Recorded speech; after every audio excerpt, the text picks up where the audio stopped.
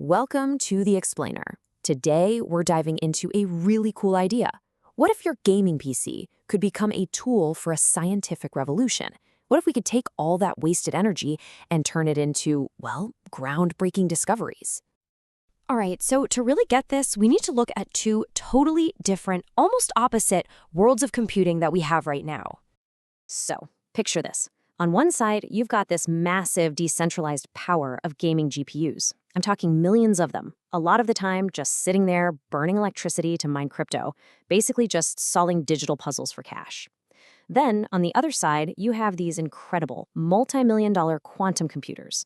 These things are so fragile they have to be cooled to temperatures colder than deep space, and you need a whole team of PhDs just to run them.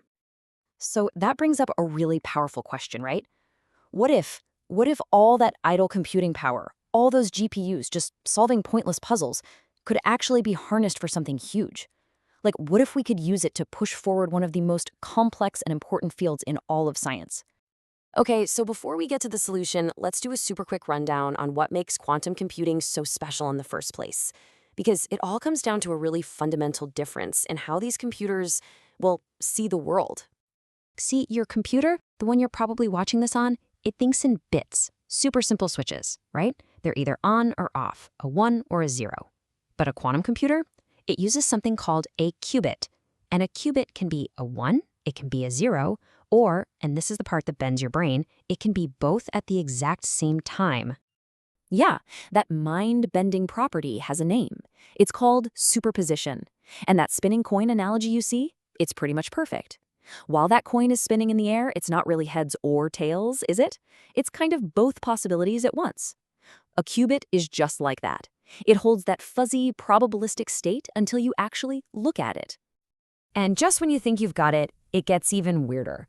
There's this thing called entanglement. So imagine you could magically link two of those spinning coins. The instant one of them lands on heads, you know instantly that the other one has landed on tails. It doesn't matter if it's across the room or across the galaxy, it's a connection that's faster than light. This is that spooky action at a distance that even gave Einstein a headache. So, okay, spooky coins, weird connections, why does any of this matter? Well, because this quantum power isn't just some cool party trick. We're talking about breakthroughs that could literally change our world. Imagine discovering new medicines because we can finally simulate molecules perfectly, or designing revolutionary materials like room temperature superconductors. Heck, even building an AI that can solve problems we haven't even thought of yet. The potential is just massive. All right, so that brings us to the bridge, the idea that connects these two completely different worlds. It's an idea called Qubitcoin, and it's all about taking the power of the many and aiming it right at the problems of the quantum few. The vision here is actually pretty simple, but it's also really profound. What if the whole process of creating a cryptocurrency wasn't just about making a profit? What if it was directly tied to solving real, honest-to-goodness scientific challenges in quantum mechanics? So the big question is, how does this actually work? Well, the core innovation is this really clever twist on how cryptocurrencies are normally mined. It's something they're calling quantum proof of work. Okay, so think about traditional crypto mining, like Bitcoin. You have computers all over the world racing to solve these random, totally useless math puzzles. It's a huge waste of energy. But with quantum proof of work, all that wasted effort gets redirected. Instead of a random puzzle, miners are given a scientifically relevant quantum circuit to simulate. This means the work they're doing is actually valuable research. And here's the process, step by step. The network puts out a real scientific problem, framed as a quantum circuit. Then miners from all over compete to solve it using their GPUs.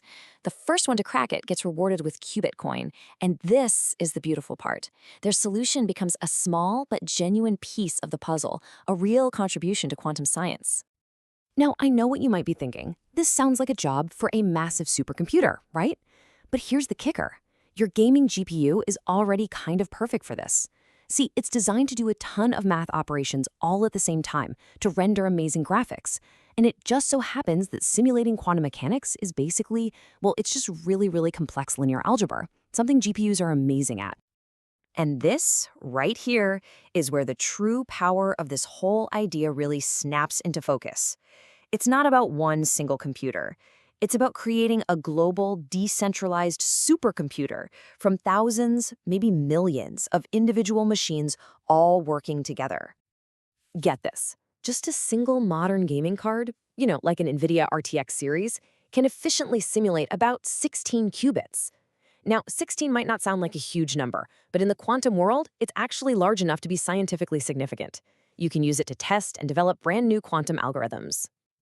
And when you build a network like this, the advantages are huge. First off, it's open to pretty much anyone with a decent PC. That's incredibly democratic. It's also super robust, right? There's no single point of failure. And best of all, it can scale almost limitlessly. The more people that join, the more powerful the entire network becomes. What this does is it creates a totally new model for research. I mean, think about it. Instead of scientists scrambling for limited grant money, Qubitcoin directly connects the economic incentive, making money, with actual scientific progress. Researchers are now motivated to design better, more efficient quantum algorithms, because when the network uses them, everybody wins. You advance science, and you make a profit. It's brilliant. So what's the end game here? It's important to know that Qubitcoin isn't trying to replace actual physical quantum computers. Not at all. Think of it more like building a vital bridge to that future. It's helping us develop and test the software and the algorithms we're going to desperately need when the hardware finally catches up. It reminds me of what the great physicist Richard Feynman said way back in the 80s. He basically said that nature is quantum mechanical, so if you want to understand it, you'd better simulate it that way. And that's exactly what this is. Qubitcoin is a massive, distributed step in that exact direction. So it really makes you wonder, doesn't it? Will the next great scientific leap come from a few geniuses in an isolated lab somewhere? Or could it come from a global network of gamers, developers, and enthusiasts all connected by a shared digital goal, building that future one block at a time?